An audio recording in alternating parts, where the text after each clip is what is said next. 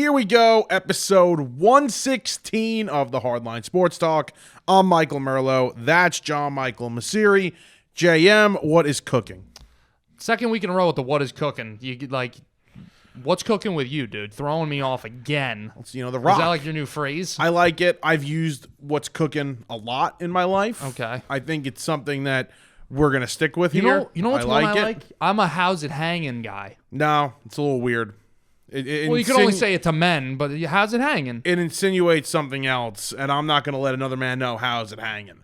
Anyway, Okay, just tough guy over here. before we start the sports, just a quick reminder, we don't really do this, but we are going to start doing this more. Please make sure you give likes on our social media accounts, follows on our social media accounts, like, subscribe on the YouTube if that's where you're watching. All of our accounts in our bios on our link tree. Mm-hmm. Please make sure, keep the support up. We love it. Also, gambling show back this week. Yes. 2 weeks ago, missed it. Don't remember why. Last week, we were pressed for time. And then, to be honest, disgustingly hungover on Saturday morning. And we were going to meet, we were like, all right, Saturday morning. We usually record the gambling show on Wednesday nights. And then we were like, all right, well, we couldn't do it Wednesday. So, Saturday morning, we'll do it. And then one thing led to another. And we're just like, all right. But this week, back. We were out late. Don't worry. We were. Dude, Friday night. This was one of those nights where it was just supposed to be the guys go hang out, watch some sports, drink, and that's it. And then it was oh, you want to go to the bar? But honestly, those are the best nights because they're unexpected. I'm in a bar in joggers and a t-shirt. It was a fun night. And then it's a good night. It was a good night. There was a lot of sports on. Yeah. And we're going to talk sports right here. That's what we're going to do. We're going to open up the NFL because, JM, I got these crazy things that I want to say about the Buffalo Bills. Give yourself the pat on the back. Well, I know you're dying to do it. I actually forgot. Thank you for reminding me. I mean, you know what? I posted on my Instagram story a couple of days ago. Yeah. I told you in August that this team wasn't making the playoffs. Yep. And they could win this week and beat the Jets, whatever it is. And, they'll say, oh, we still have a chance. They're not making the playoffs. Well, okay. Even if they do make the playoffs, you're right. And I mean, I was low on I think I had them as my 7 seed. The Bills are clearly have taken a step back. And in the offseason, we were, some people were trying to compare it to the Chiefs situation and actually use it as the flip side, like the Chiefs last year, where people were down on the Chiefs coming into the season and the Chiefs went on to win the Super Bowl. So a lot of people were trying to make that comp and be like, the Bills, people are down on them. They think there are down years coming. They're going to go win the Super Bowl. And I mean, listen,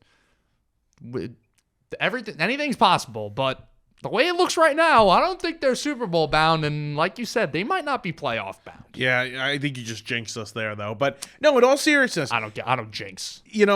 Their offensive line was shaky to begin with before the season started. Yep. Their defense had playmakers. And by the way, if their defense stayed healthy, I probably would have been wrong. Yeah. Because their defense, they have a lot of injuries. Their defense has dealt with so many injuries and to really good players. So right. if those guys stayed healthy, we might be talking about a different story. But I think the biggest problem with the Buffalo Bills is the fact that they ran into Russell Wilson. No, the biggest problem that the Bills have, I think, is the coach. Sean McDermott's a problem, and he's been a problem for a couple of seasons now. He's gotten his head and his hands way too much into the offense.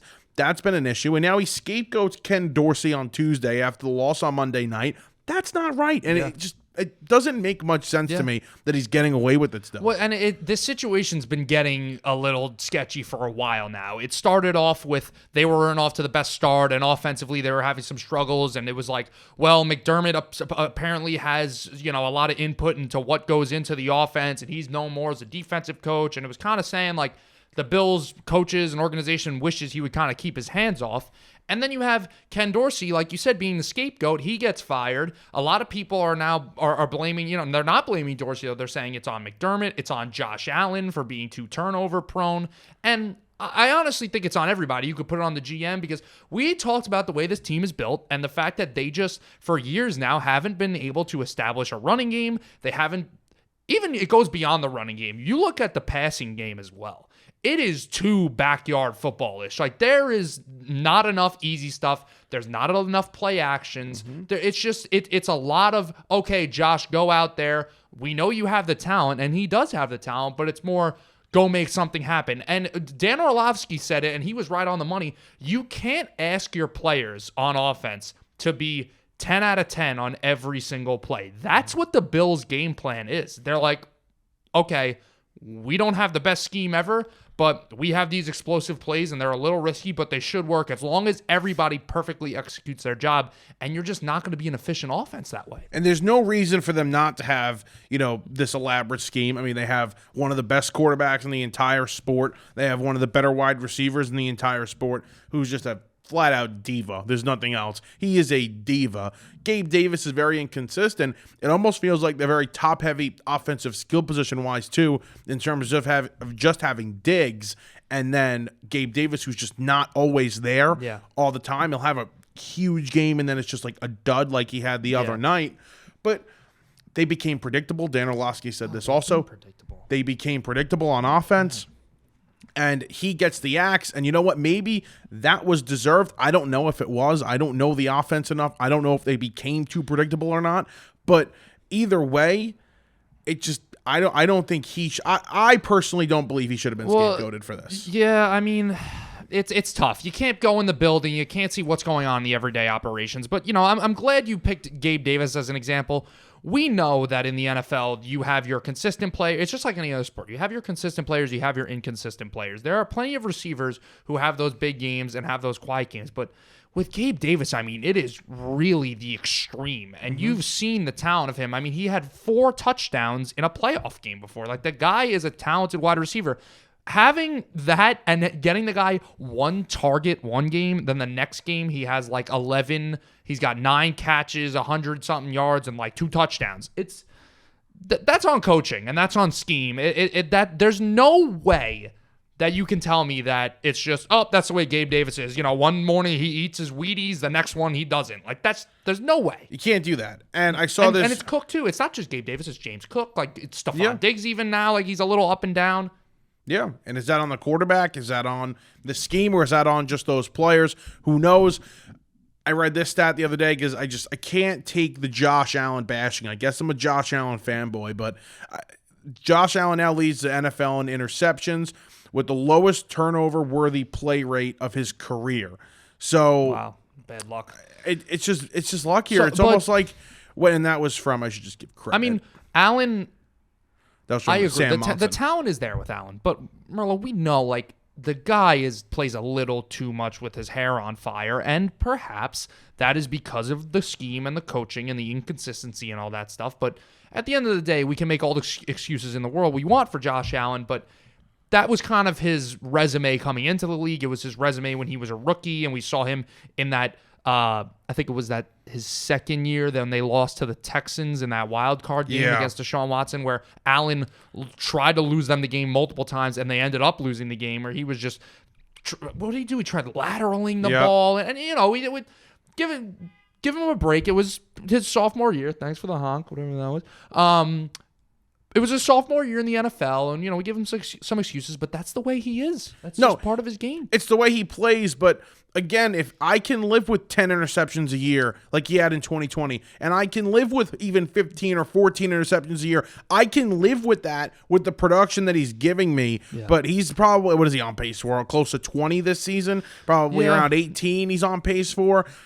So we've seen him. He's at 11? Wow. We've seen him protect the football a little, much better than this. Yeah. And it was under Daboll, when Daboll was his offensive coordinator. That's when he was at his best in 20 and 21. And that 2020 season when they came so close to the Super Bowl, after that, that's when, and I was reading this article from Warren Sharp, actually, before we got here, and he just ran through all the stats offensively the Bills have had. And when Sean McDermott has legitimately got his hands on this offense, when he started to have a little bit more input, that's when the offense has taken a toll. And remember, Daboll was leaving. Daboll had problems with McDermott. He didn't like how hands-on he was on the offense. That was Daboll's offense. Worry about your defense, McDermott. And Daboll was leaving no matter what. If he didn't get a head coaching job or not, he was going to take an OC job elsewhere.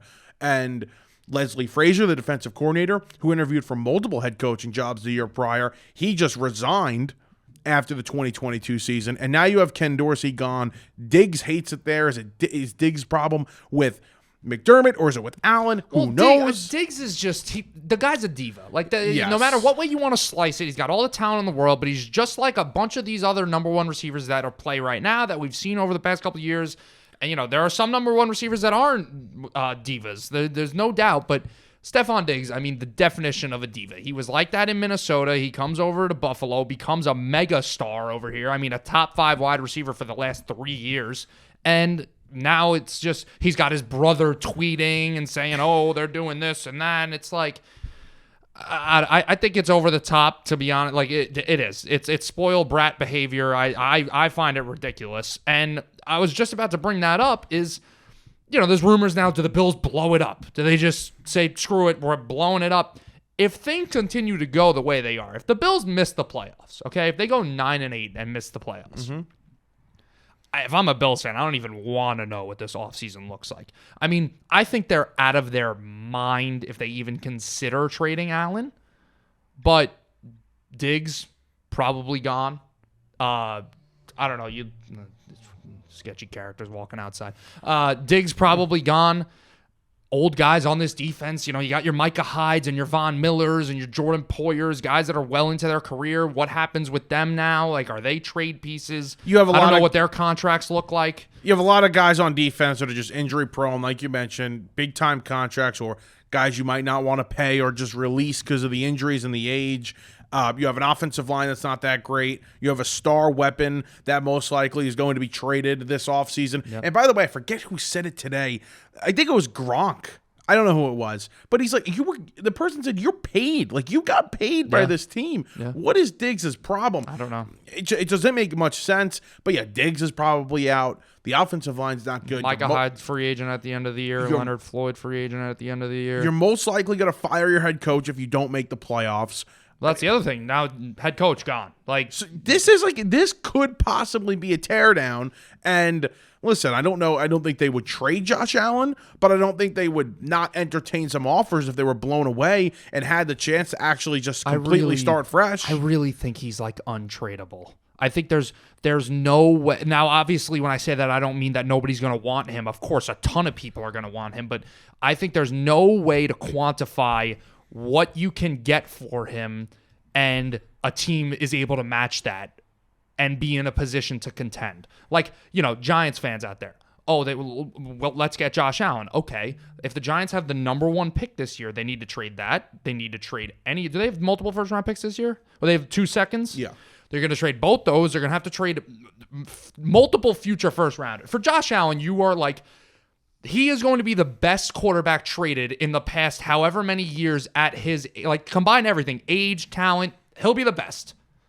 You are going to have to give up a crazy package, more than what the Browns gave for Deshaun Watson, which we'll talk about that later. I was thinking about a package. And if the Giants do that, we know this Giants roster is depleted. I'm just using them as an example. You can't win with Josh Allen and then nothing around him. Right. Well, my rebuttal to that would be Josh Allen is one of 5 guys, sometimes one of 3 guys, sometimes one of 2 guys in this league. Okay, so the roster's not great right now, and I'm not comparing the Bill roster to the Giant roster, and we're using the Giants as the example here. But if he went to a team like the Giants, you're probably looking at a 5 to 6 win upgrade, depending on what the Giants finish with. Okay, I think he could win the Giants 9 to 10 games this year just being Josh Allen. I really don't think so. I really don't think so. He makes everybody on your team better, though. A great quarterback will make your offensive line better. A guy like him can make your offensive line better. He'll make your weapons better. The defense won't be on the field as long as they are. They probably win around 9 to 10 games this year with Josh Allen. I really don't think so. I'll give you a couple examples. Deshaun Watson's last couple of years in Houston, especially the last one, he had like the best year of his career. The Texans won 4 games. Aaron Rodgers had some bad years in Green Bay. I mean, they won 6 or something games. He himself did great playing at an MVP level still, but the point is, if you put a good team if you put a bad team around some of these guys, it doesn't matter. I don't care how good you are. You can't win by yourself. We've seen Josh Allen, though, have to do it all by himself, basically, in Buffalo. Sure, the defense how has many been top good. 10 defenses has he had, though? You know, No, like he's had some great defenses. He's had some good defenses. And the one thing and the caveat I'll throw in, you're also going to be getting back probably an all-pro level player. So, again, using the Giants as the example, if I had to come up with a trade right now, it would be the first overall or whatever, their first-round pick this year, which is a very high-value pick. Obviously, it's going to be 1 or 2. So you're going to be able to get your next quarterback this season, most likely. I get obviously next year's first-round pick, probably more picks in next year's draft, probably a second-round pick, like you mentioned, in this draft.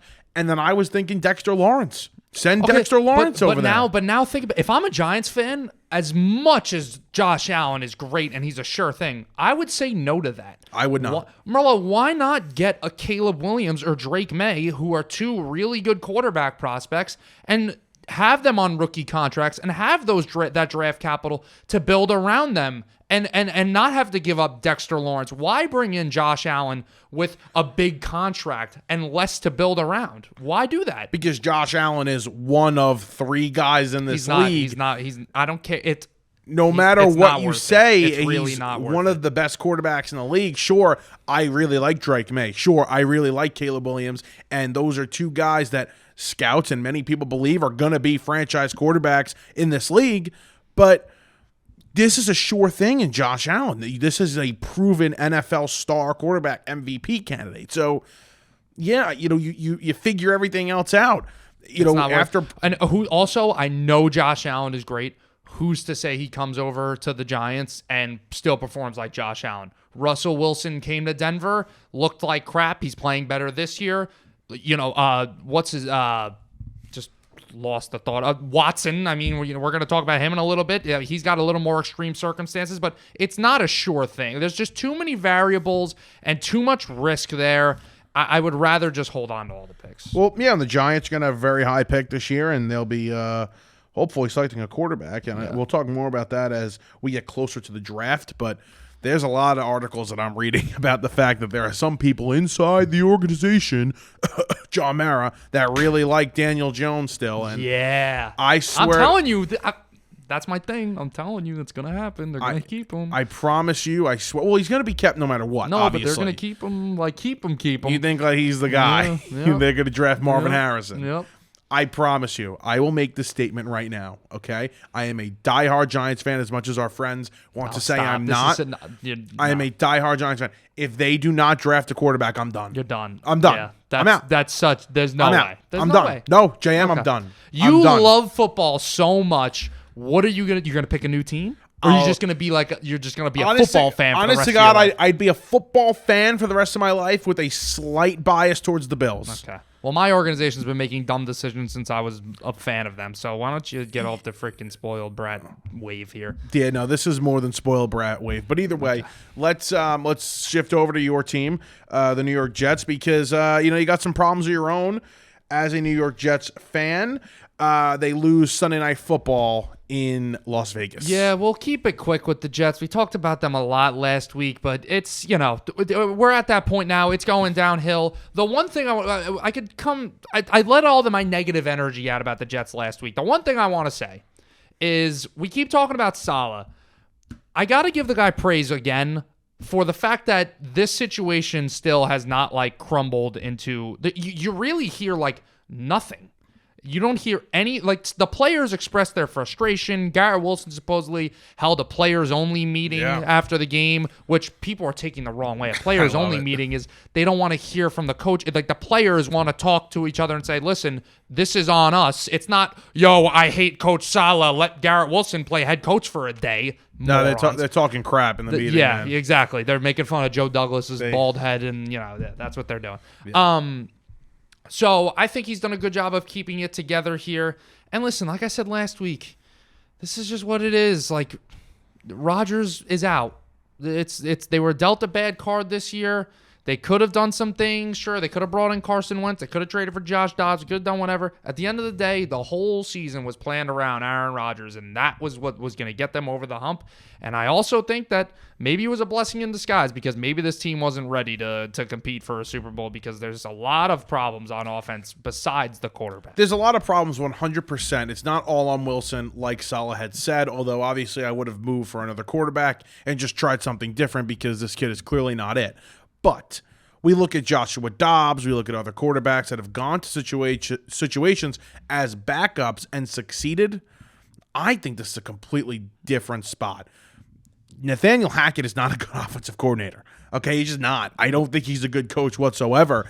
And Joshua Dobbs went to a really good situation with the Minnesota Vikings because Kevin O'Connell's a pretty damn good offensive coach. And they got weapons like galore over there. Right. So I think Dobbs is in a really good situation offensively over there. And the defense has played a little bit better. They're blitz happy. And we'll see them on Sunday Night Football. But to me, I think the offensive scheme would have not allowed another quarterback, a lesser quarterback, backup, caliber guy to come in here and succeed. Maybe they would have been a little bit better than Wilson. I think anybody probably would have been. I think the clear problem is Nathaniel Hackett, and I don't think it makes him a better coach that this is the way it is, but it's the way it is. Nathaniel Hackett has an offense that's built for Aaron Rodgers, and Zach Wilson is not Aaron Rodgers, and that's it. And he hasn't been able to change the offense to cater to Zach Wilson. And listen, I know Zach Wilson maybe doesn't have a lot of traits that you can cater to. He's not as good of a quarterback as Aaron Rodgers is, but you look at the way he plays, it is 100% true. Now, before you interrupt me, let me explain. It is true that Zach Wilson can make any throw. He has incredible arm talent.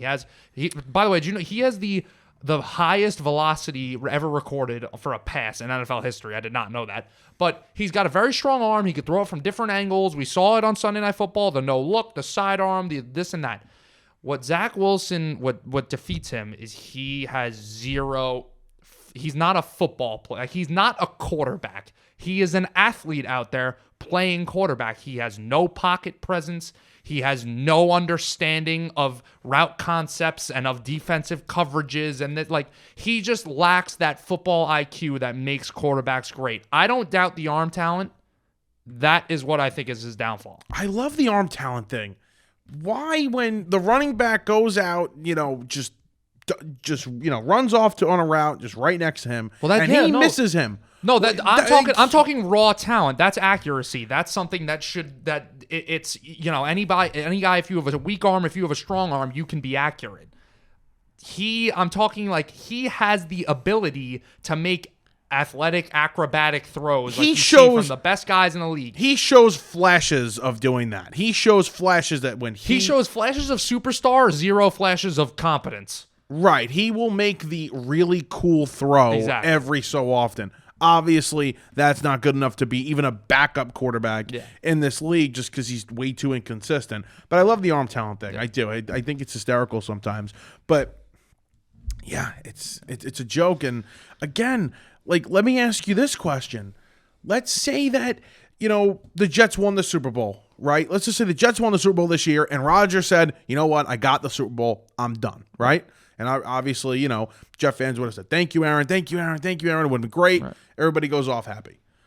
And now Nathaniel Hackett's here, and the Jets have to figure out what they're going to do at quarterback, right? Yeah. And I don't know who it would have been, whether they would have signed somebody, traded for somebody, drafted somebody. But now Nathaniel Hackett is here.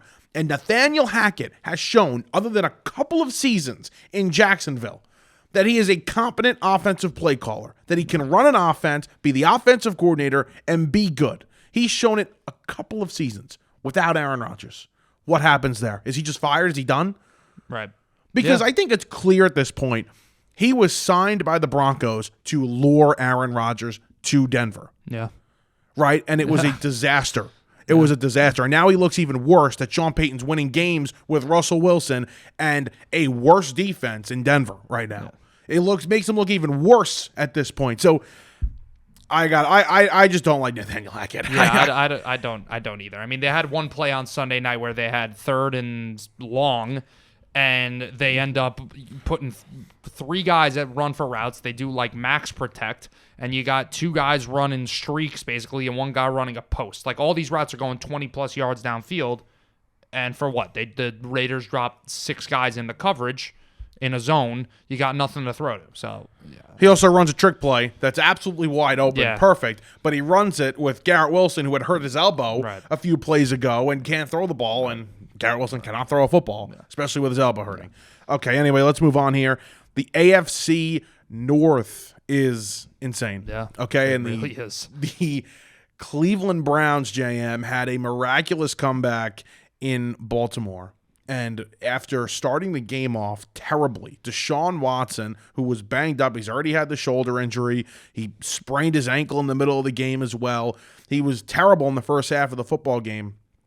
He ends up in the second half going 14 for 14, 150 yards, helped by a defensive touchdown. They come back. They beat the Ravens, who have been anointed, rightfully so. They've been probably the best team in the league so far this season. And they beat the Ravens in Baltimore. It was an impressive win, but Deshaun Watson out for the year with the shoulder injury. Yeah, well, I mean, in the beginning of that game, the Ravens were off to a hot start, and I was thinking, oh boy, when we record, it's going to be, are we talking about the Ravens as the best team in football? Like, we were already starting to discuss that. I was like, is this going to be cementing the Ravens as the best team in football? And, you know, the game took a turn. You just described everything that happened. But I'm gonna come out with a little bold take here. I think the Deshaun Watson injury is a little blessing in disguise for the Browns front office, because I think this team was due for a collapse towards the end of the year, to be honest with you. I think that Watson was playing mediocre football, and he was. I mean, go look at his numbers, playing disappointing, not up to the caliber that he should be, especially for his contract and for all the money they give up for him. He's not playing like a top 10 or 15 quarterback in the league. Sure. And I think that offense was just going to continue to have some struggles, and I think that defense just wouldn't be able to keep up in a competitive AFC and in a competitive division. And I know I might sound crazy because they beat the Ravens on the road, but we've also seen the Ravens can have their inconsistencies, and it's a divisional game, and it gets a little weird. But I really think that the Browns were going to be, you know, maybe after that game, or we're going to go 10-7. Like they weren't, you know, nothing was. It was going to be a pretty mid end of the year. And now with Dorian Thompson-Robinson, who apparently is supposed to be the starter over P.J. Walker, which was a big surprise to me. I mean, I don't know about you, but yeah.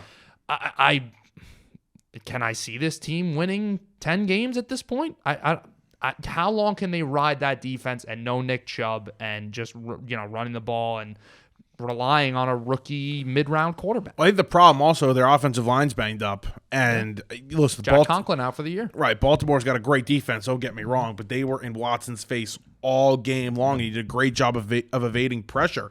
I don't know if last week's game was going to catapult Watson into, you know, seriously playing better as time went on. Sure, he was banged up still, but it could have been the start of something for him. He could have started to play a little bit better, just having the confidence after beating Baltimore. I didn't see the collapse. I thought they were going to be a playoff team. If, you know, obviously if he was healthy and he was there, I think they would have won this week and got themselves to 7-3, beating the Steelers, who would have been 6-4 at that point. But it's a tough blow, obviously. It's a brutal injury. But the offensive line has been playing well. The defense can carry them to 2 to 4 more wins, but it's going to be pretty tough for them in a loaded AFC to get to the playoffs. This is a disaster for the Browns front office. It's a disaster because they were already dealing with the crap of when you traded for the guy. We know about the history and what happened with Deshaun Watson. When you traded for the guy, it was already like, well, that's a risk. Then you saw what they gave up for him, and you're like, well, that's a risk. Then you saw the contract, which was just an abomination. I mean, it's crazy. All the guarantee, fully guaranteed, crazy. So a lot of risk there for the Browns front office. He suspended the first 11 games of the year in 2022. He comes in, Browns aren't really in contention. Team actually plays worse when he plays, but you figure, all right, he's coming off a suspension. He hasn't played in a year and a half. You know, you give the guy the benefit of the doubt. He comes back next year. We'll see. Wasn't having a good year this year, and now he has the season-ending injury, and the question marks are still there, and now you got to question the health and this and that. And It's not good for the Browns front office, and I don't know what this team's going to look like next year. Like you got Nick Chubb's hurt. I don't know, what the Browns cap situation is going to look like, what their draft situation is going to look like. I mean, they still don't have their own first round pick. Mm-hmm. So, can I ask you a question? Yeah, you can always ask me a question, sweetie. Let's play Monday morning quarterback here. Okay. Let's say, because again, for a while now, we've been talking about the Browns having a really good roster, just a quarterback away. Yeah. And they go out and they make the move for Deshaun Watson 2 off seasons ago. Let's say they made the move for, and I know he wasn't available at the time, but a Kirk Cousins. Mm-hmm. Think Kirk Cousins gets this team to a Super Bowl? Yeah. I think he does. Super Bowl? I think he does. He definitely gets them close. Now, really close. He gets them really close. Yeah. You're right. I shouldn't say Super Bowl. You have Mahomes. You're in the AFC. You're in a loaded AFC, but he certainly, puts them in a position. I think they win the division. I think there's a division with that defense. They're better. I'll just leave it at this. They're better than they are right now. That they would be with Watson. They're better than they would be with Watson. And I'm not. I forget who was available, who could have been available at the time for them to go and upgrade. I know he was. Considering everything that he had going on off the field, it wasn't a slam dunk, but talent-wise, he was, a home run. I mean, if you were getting that same Deshaun Watson, holy cow, that Browns team was going to be very good. Yep. And you just haven't gotten that guy. And you're in a loaded AFC North. We just spoke about the Ravens, and we've talked about the Ravens at length. The Steelers are the most disgusting team on planet Earth. They're outgained in every game, and yet they have 6 freaking wins. They don't make sense. The Cincinnati Bengals, though, get bailed out here, in my opinion, by a Deshaun Watson injury. They now have a chance, even if they lose Thursday Night Football against Baltimore in Baltimore, which I think they will, they still have a chance here, a little window to possibly make the playoffs. I didn't think that would have been possible. They will. If they would have went 5-6 with the Browns, chugging along. They're going to most likely. But this Cincinnati Bengals team, man, that loss to the Texans on Sunday was killer. Yeah, it was killer, and they got a big game tonight against the Ravens, so that'll be a big deal. You like that? You like what I did there? A little bit. It's Wednesday night, right? But I know this is coming out on Thursday morning. That was good. Tonight, that was big good. brain move. But what if people watch on Friday or Saturday? Well, that's on them. I mean, why are we slacking? No, but I'm saying, Thanks for watching, though. Appreciate it. Yeah, but I was just going to bring up a point. It's not related to the Bengals, but it's more related to the conversation. We're talking a lot of quarterback stuff today. Sure. I think we need to change our philosophy as football fans, as football media, and I think maybe front offices have already changed their philosophy, but I'm not sure. All we talk about being a good football team is quarterback.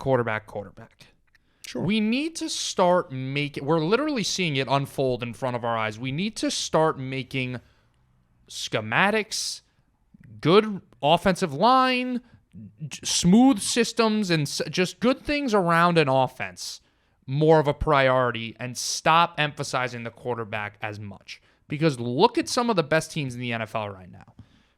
You got Brock Purdy in the San Francisco 49ers. Right. They're doing great. I mean, you could talk all day about the defense, but that offense is efficient and it's very good. You have, I think the biggest example right now is we thought Jared Goff was just kind of like a consolation prize for Matt Stafford, and he was maybe going to play a couple years in Detroit, and they draft a guy. We were talking about Malik Willis to the Lions at one point in that crappy quarterback class. Some people were thinking they were going to take him at 2. Then all of a sudden, Jared Goff now is in a amazing system. That's the best system in football right now. It's so smooth and efficient. It's so good. They have Jahmyr Gibbs. They have a amazing offensive line. They have Amon-Ra St. Brown. David Montgomery's having a great year. Laporta. I mean, just great. It's perfect. Then you have the Kirk Cousins talk got me thinking, because Kirk, I mean, he never really gets his flowers, Kirk Cousins. But that's a good system in Minnesota. You see the way Josh Dobbs is excelling right now. And then I could flip it. Look at Josh Allen and the Bills right now. Justin Herbert and the Chargers. I mean, the guy's career at this point has just been desperation to find a good efficient offensive system, and especially a good defense, and not a moron that's wearing the head coach headset. So I think we needed Tua, another guy. Tua has talent, but that system, those weapons, that coach, That's what makes that offense great. I think I said it a few weeks ago that coaching is so important, and there's only a few guys, a handful of guys in this league that they would still be great quarterbacks if the coaching wasn't all there. Yeah. Burrow, Allen, Mahomes, these guys. Even as much as I love Jalen Hurts, I don't think so. Jalen Hurts.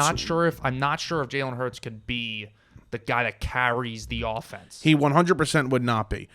Rodgers probably would At still this point, be, but not now. I mean, Prime not now. Rodgers. Prime Rodgers, yes. Yes, 100%. he would be. He'd be one of those guys. Now I don't think so. Trying to just rattle off a bunch of guys. Lamar. I mean, we've seen Lamar in some pretty bad offensive systems, and yet he has succeeded. He won an MVP.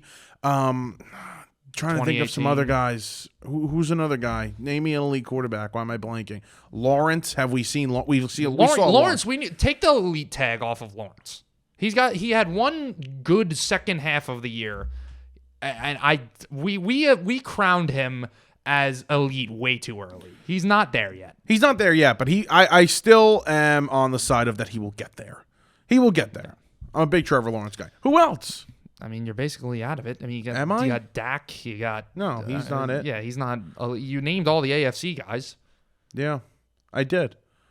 Daniel Jones. Russell Wilson. Oh my God. Well, look at Russ. I mean, Russ is playing great right now, but Denver Broncos, you man. gotta stop. We gotta talk about the Denver Broncos. All right, Stroud. I guess Stroud's he's newly elite now. Yeah, not yet. I mean, he's a different conversation, but I think he deserves it more than Lawrence does. He's one of those guys right now that when you see a lot of these fans talking, oh, my team's not ready to draft a quarterback, my team's not ready to have this, he's the perfect example of, guess what? It doesn't matter. But that could be reckless as well. It can be, but be an extreme situation. But JM, those elite guys, those guys that come into the league right away and just they're different. The Mahomes, the Burrows, the Allens, they make everything better. They will show you that. Maybe their offensive line's terrible, Houston, and the offensive line's better. They drafted Tank Dell in, the third round? He's a good player, but would he be this good without C.J. Stroud? Robert Woods was terrible in Tennessee. He's really good in... What's Bob Trees catching strays? Now he's good in Houston. Dalton Schultz was tailing off in Dallas. Nobody wanted to sign him. Houston signs him. He's having a really nice season for them. So it just shows you that if you have Noah that Brown guy... putting 26 points against me in fantasy. Noah Brown was terrible. They wanted him out so fast in Dallas. He's playing well for them. So a quarterback will come into this system no matter what. Also, let's credit. I don't even know who the Houston offensive coordinator is. No, and neither also do credit to D'Amico Ryans for coming there for. I mean, he's coach of the year by far. I think. Yeah. I mean, first year a coach, and you're doing that. But yeah.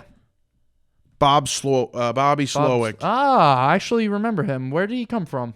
He was an assistant coach for the Commanders in San Francisco. He's a Shanahan tree guy. Yeah, there you go. So it makes sense. You know who was a Shanahan tree guy? Mike LaFleur. Yeah, he was. Yeah. Where were the Shanahan tendencies there? Yeah, no, he's terrible. You want to talk about your Lions very quickly? My Lions is strong. The Lions, JM. I watched this team. They're a lot of fun. They have a great offensive system. The quarterback's playing good. I like the coach. The OC is going to be one of the top head coaches in the league next season, and beyond. But little fraudy. I feel a butt coming. A little fraudy.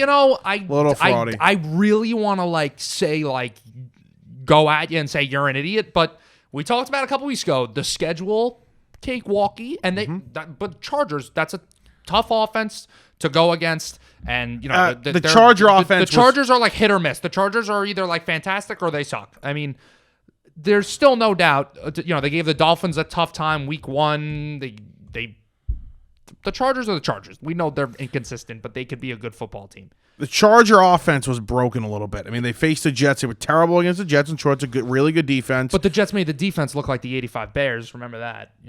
Great Chargers defense, all time great Chargers defense. I mean, the Charger offense. I mean, they got it going a little bit against the Bears the week prior to the Jets. They didn't score much against the Cowboys. Yeah. They were terrible against the Chiefs, and they always play the Chiefs tough.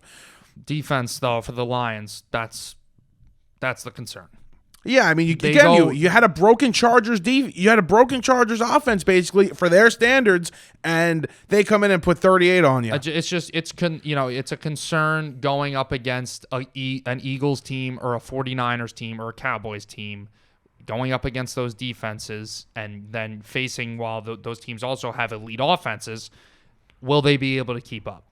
The one thing I'll say, I think it's clear that Philadelphia and San Francisco are ahead of them.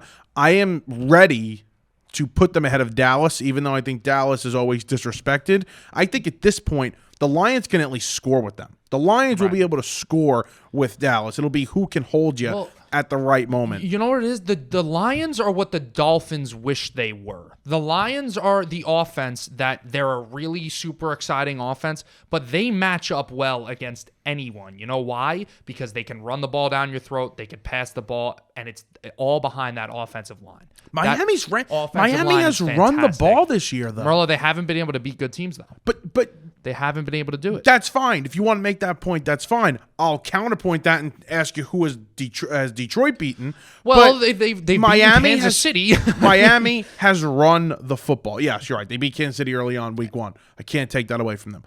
But Miami has run the football this year. That's something we cannot take away from Miami, which I think has been very impressive. They've ran the ball between the tackles, which is surprising that they've been able to do this. But I just think that Lions offense is kind of like foolproof to go against anyone because of the tough identity that they have to run yes, the Dolphins have done some things where they're running inside the tackles a little more now, and we know about the speed, but at the end of the day, the Lions can, it's 4th and 1, it's whatever situation, they could just beat you up with that offensive line and score touchdowns.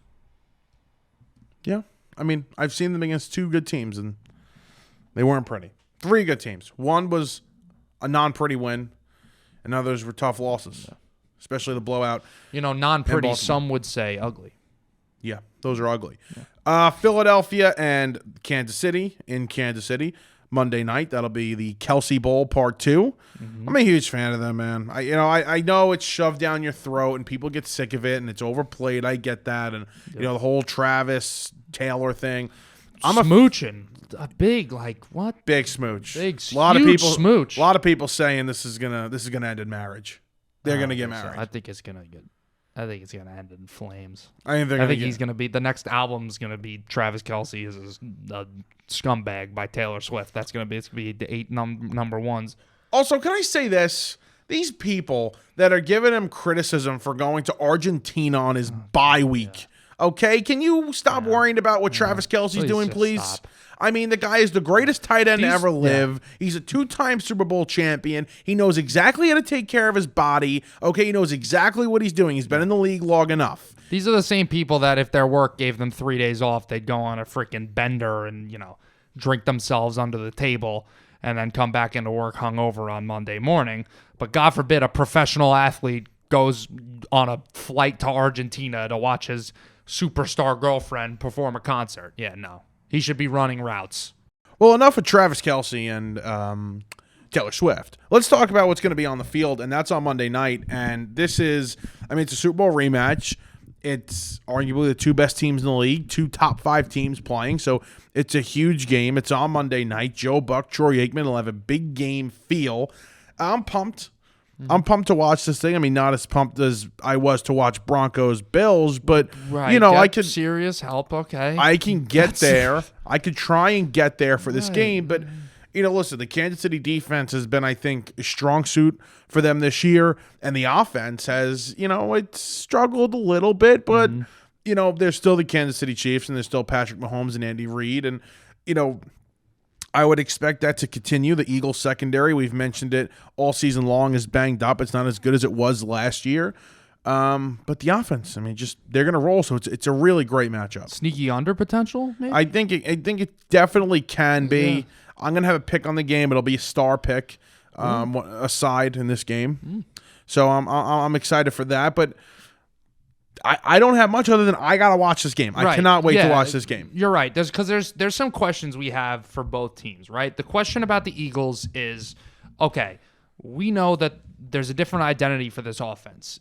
how is that identity going to be against the team that beat you in the Super Bowl last year? How is that more pass attack, A.J. Brown, give him the rock kind of feel going to be for the Eagles? And it's also, well, will this Eagles secondary, will this Eagles defense hold up? Then you go on the flip side of that. This Chiefs offense, I mean, it hasn't been good. Patrick Mahomes hasn't looked great, especially I won't recently. say hasn't been good.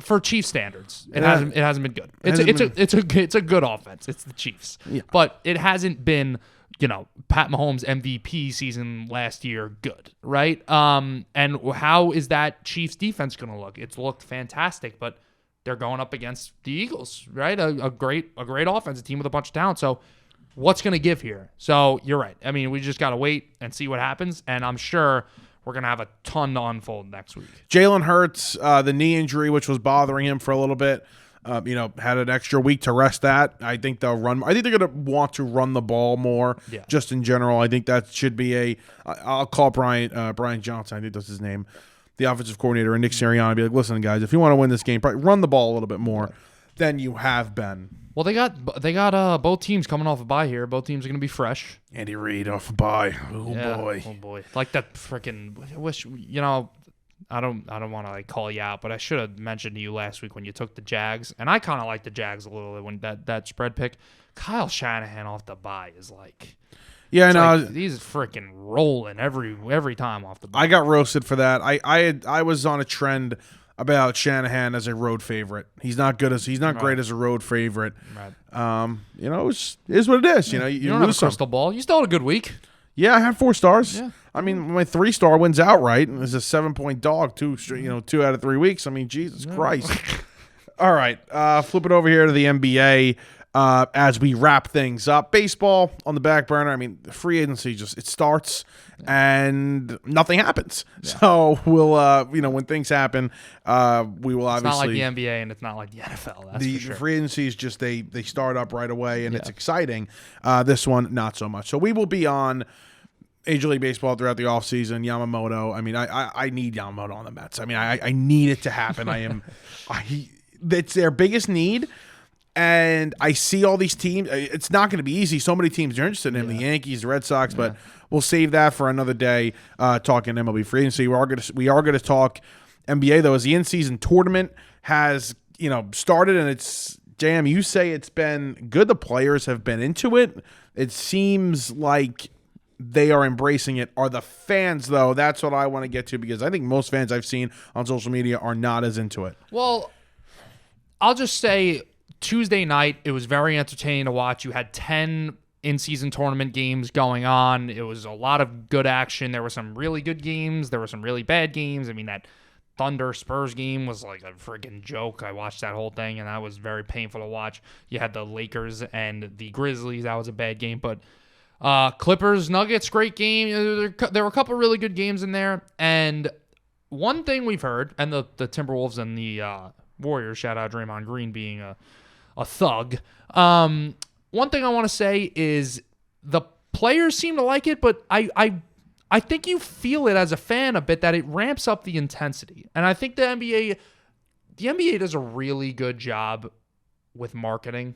They market their players well, they market their brand well, and they do a really good job with these courts. Like, I'm not usually a big fan of making something an eyesore, like an NBA court or something like that. And some of these courts don't look great, but it kind of adds to that feel of, whoa, this is something new. This means something. It obviously, to the casual fan that might not understand what's going on, they'll ask and say, why is the court like this? And it just starts the conversation. But the one thing that I don't want to say worried about, but I'm just curious of, is when it comes down to, okay, the group stages are over. You have your teams that are going to Vegas to compete for this in-season tournament cup. What's that intensity going to be like, and what is the significance of it going to be once it's over? And are we going to say, I'm just say the Nuggets, for example, oh, the Nuggets, they're the cup champions, what? I don't think it's going to matter that much. It's not going to matter that much, and that's the problem. The end goal for these guys, are we going to sit here and say, oh, well, Jokic has 2 cup championships and an NBA championship. How much is that going to mean? How much value is that going to have at the end of these guys' careers? I don't know. I know there's a financial incentive in there as well. not much for these NBA guys. Some of them, sure. Some of the guys coming off the bench, sure. It's a little bit of an incentive, but not enough, I think, to move the needle for many of these players. But even the fans, like, are you going to be into it if the Knicks win the in-season tournament? Like, yes, yeah, no, I will be. I mean, I won't. It won't be the.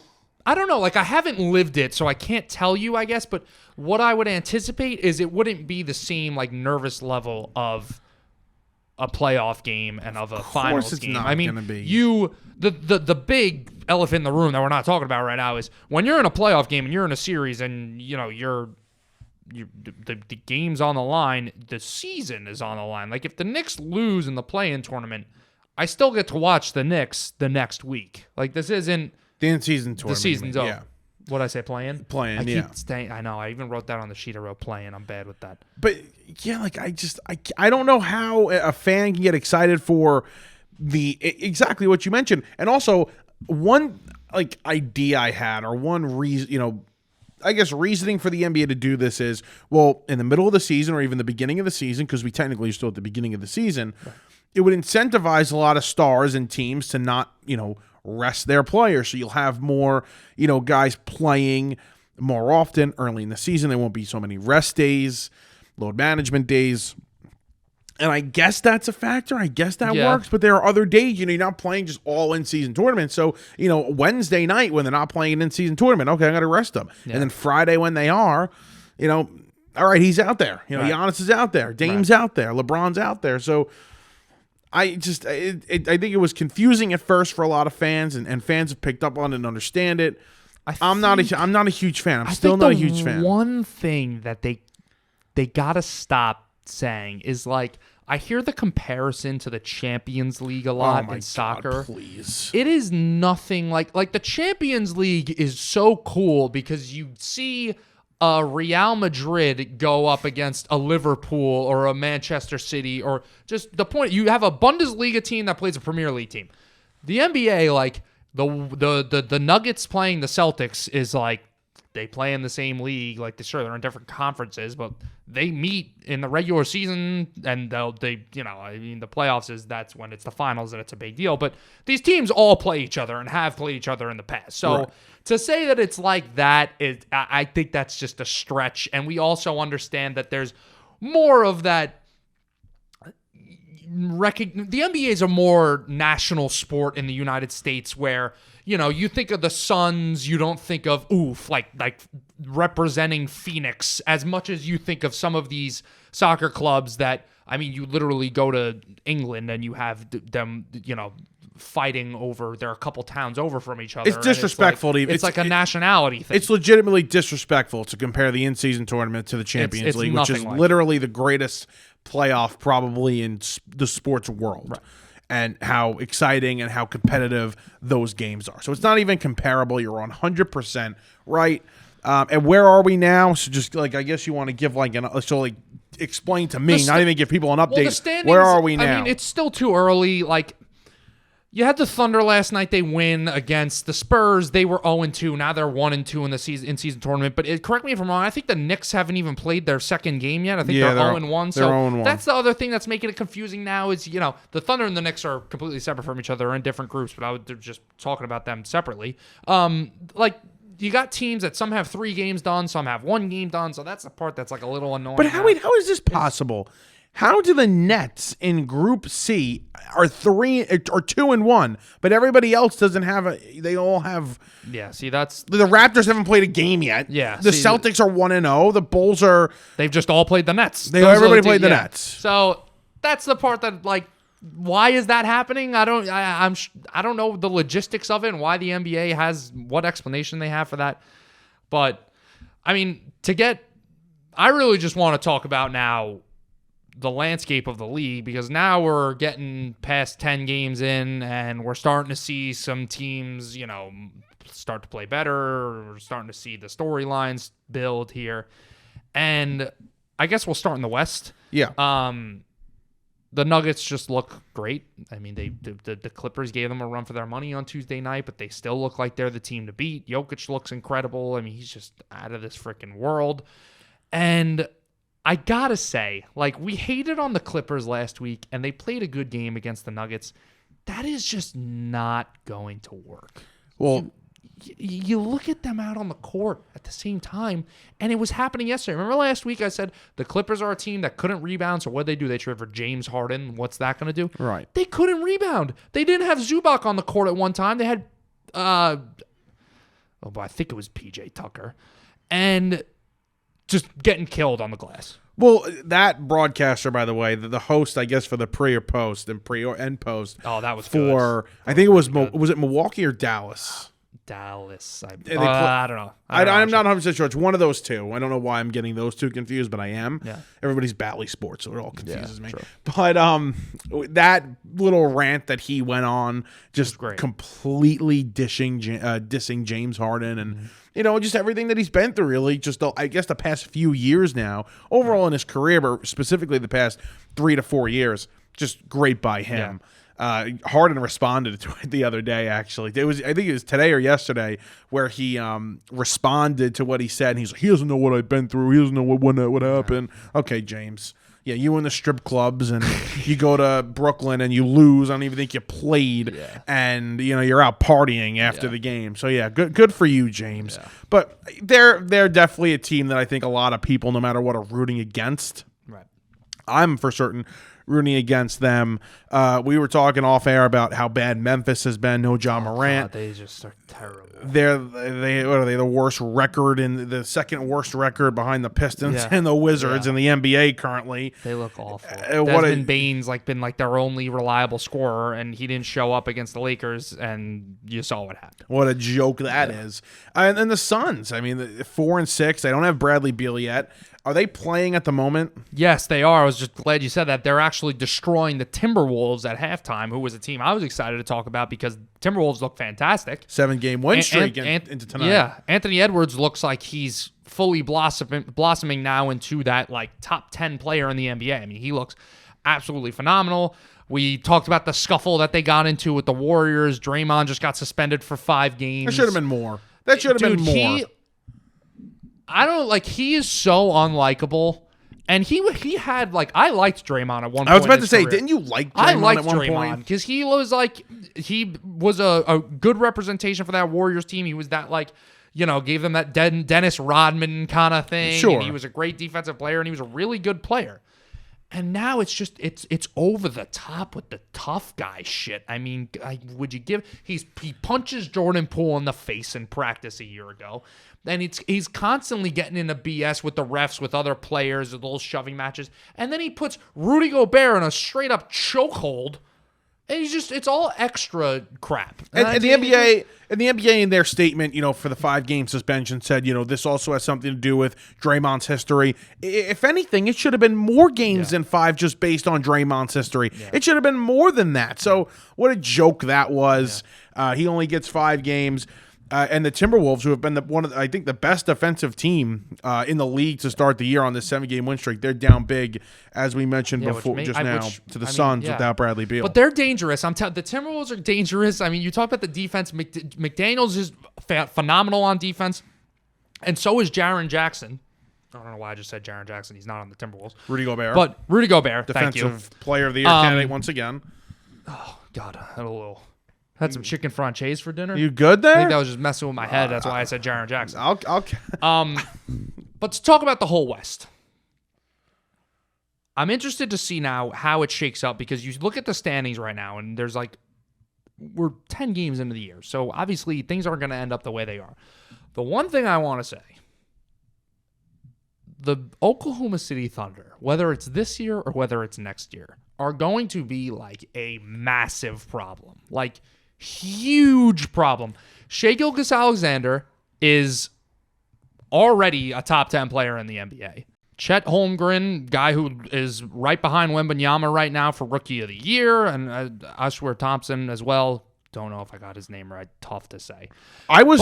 Before the year, and I just looked up Chet's stats, I almost put in, even though you can't do it in New York, I almost put in a little flyer bet on him to win the Rookie of the Year because I loved him last season. Obviously, he had the season-ending injury early on. It was at the preseason. I don't even think he made his debut last season. But I really liked him to win Rookie of the Year last year. I almost threw it. I think, but the only thing I think that would hold him back is just like Wemby's the number one guy on that team, and Yeah. you know, I don't even know if Chet is the number 3 at this point. I mean, what the part about the Thunder that's going to make them so good and that's making them good already, if they get like another star, you obviously improve your team by getting a star, but now you bump these guys down into smaller roles, but where they excel at these small, like a Josh Giddey as a number 2. Josh Giddey is not going to get it done. But as a number 3, 4, 5, Josh Giddey is a damn good player. Like, he can do it all on the floor. And watching him and Shai Gilgeous-Alexander, they have great chemistry. Like, the Thunder did a lot of stuff over the past 5 years, or might even go further past that, where they just said, all right, screw it. We're just give pick after pick after pick after pick. Just give us all the picks. They essentially, they tanked. They were not very good, but they took all these picks. They've developed. They've accumulated all these picks, and they've done a good job of not only drafting, but making the right moves, making the right trades. So, yeah, that's going to be a dangerous team, and they have the resources to go out and get those players as well if they want to do so. You want to take a look at the East. Well, before we wrap it up here. Yeah, I mean, the Celtics look the way the Celtics were going to look. Right. Like, they look fantastic. The big surprise right now in a positive light is, or unless you're a Philadelphia hater like Michael Merlo, the Sixers. You know what's funny? I don't hate the 76ers. Like, I don't hate them. You're not a Knicks fan, so I hate Philadelphia, but I do not hate the 76ers. And they're actually making me look good because 2 weeks ago when they traded Harden, I said this is a good thing for them. And now they're 8-2. Maxey looks like a superstar to go along, be the perfect number 2 to Joel Embiid. So, yeah, just making me look like a genius, basically. No, so I mean, good on that. Yeah, relax. They look great, and the Bucks. I'm not worried about the Bucks. I think they're gonna figure it out. Like, let's I remember the Heat were 9-9 LeBron's first year there. Yeah. Like, you have a new superstar that comes over. It's gonna take a little while for them to learn how. They're to play not good together defensively, like though. Were they not going to be good defensively? Get rid of Drew Holiday. Drew Holiday is one of the best defensive guards in the league, and then you go to Damian Lillard. But you still have Giannis. Well, you still have Giannis. Brooke Lopez is a great defender. So, we'll see how that defense holds up. It could be a problem, but I don't know. I'm just it's too early to tell. The rest of the East, I mean, the Pacers are showing flashes right now of being a good team. The Heat are on a roll. No, huge surprises here. I guess the one getting off to the slow start would be the Cavs. Yeah, I was going to ask you about that. They're a little surprising. Garland's been dealing with some injuries, so you give them a bit of an excuse there. But I still see, as much as I love my Knicks, this is Sixers, Celtics, and Bucks. Would a team like the 76ers, and we've spoke about them, they're going to have some money in the offseason after a lot of these contracts are off the books. They have picks, they have players, whatever. Would it make sense for them to go get a guy like Zach LaVine who is available? They're exploring trades on both sides there. Would it make sense for a Zach LaVine to go in there and be the number 2/3 guy, or is he not a great fit? I don't know if they need Zach LaVine. I mean, Oubre's out for a little bit. The guy got hit by a freaking car on crazy circumstances. Tobias Harris is looked at. He's really a 3, but he could play the 4 a little bit. But, I mean, it is positionless NBA at this point.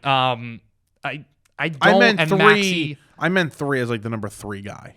Right. Well, I meant 3 as small forward. I meant 3 as the number 3 to them. I understand. To them. No, I know but I'm saying, why you're saying I know it's positionless best, but I don't know if they really need Zach LaVine, to be honest with you. If I was the Sixers, I would just emphasize, keep beefing up the bench, keep beefing up your depth. I don't know if they necessarily need another, big option. I think Maxey and Embiid, I think Maxey's becoming this superstar, scoring threat. Right. And I think Embiid we know the guy's the MVP of the league. We know how great he is as a scorer and just as a player overall. And Harris is a guy that can shoot the ball well. Kelly Oubre's shown that he could score well. So I don't think they really need another good scorer. I would just keep focusing on depth and beefing up the rest of the roster. 116 in the books here. Lots of football this weekend, lots of NBA basketball, college football definitely heating up, and we're going to be talking a little college football as the playoff discussions get a little more hotter and they become more debatable. That'll hopefully be coming up in the next 2 weeks. Got a big game coming up, Michigan and Ohio State, in 2 Saturdays from now. So we'll be talking college football, obviously. Everything we'll have you covered. Don't know exactly what we're doing next Yeah. week yet. Might take the week off. I mean, I don't even know the last time we August, took a week off. my last cruise. It's Thanksgiving, but in case we do take the week off, happy Thanksgiving. Everybody enjoy with the friends and the family. Yes. And Black Friday, you just I don't know, like just shop. Don't worry about the Jet game. Just go to the Jet game, watch the shopping. Jet game, talk about the Jet game, tweet, post on Instagram about the Jet game because that's the biggest game of the day, biggest game of the week, biggest game of the year. Yeah. Dolphins, Jets. Oh, last thing. There's one more last thing. Well, second to last thing. If you guys are like at a game or something like that, and you want to give a little like little report, give your takes or whatever, send it to us and we'll post it. Like we want like the fan engagement and stuff like that, the listener engagement. Just please Tag us, send it to us. Yeah, just we love that stuff. So do that. And Gambling Show this weekend. Look out for it. Saturday will be released. Have a great weekend.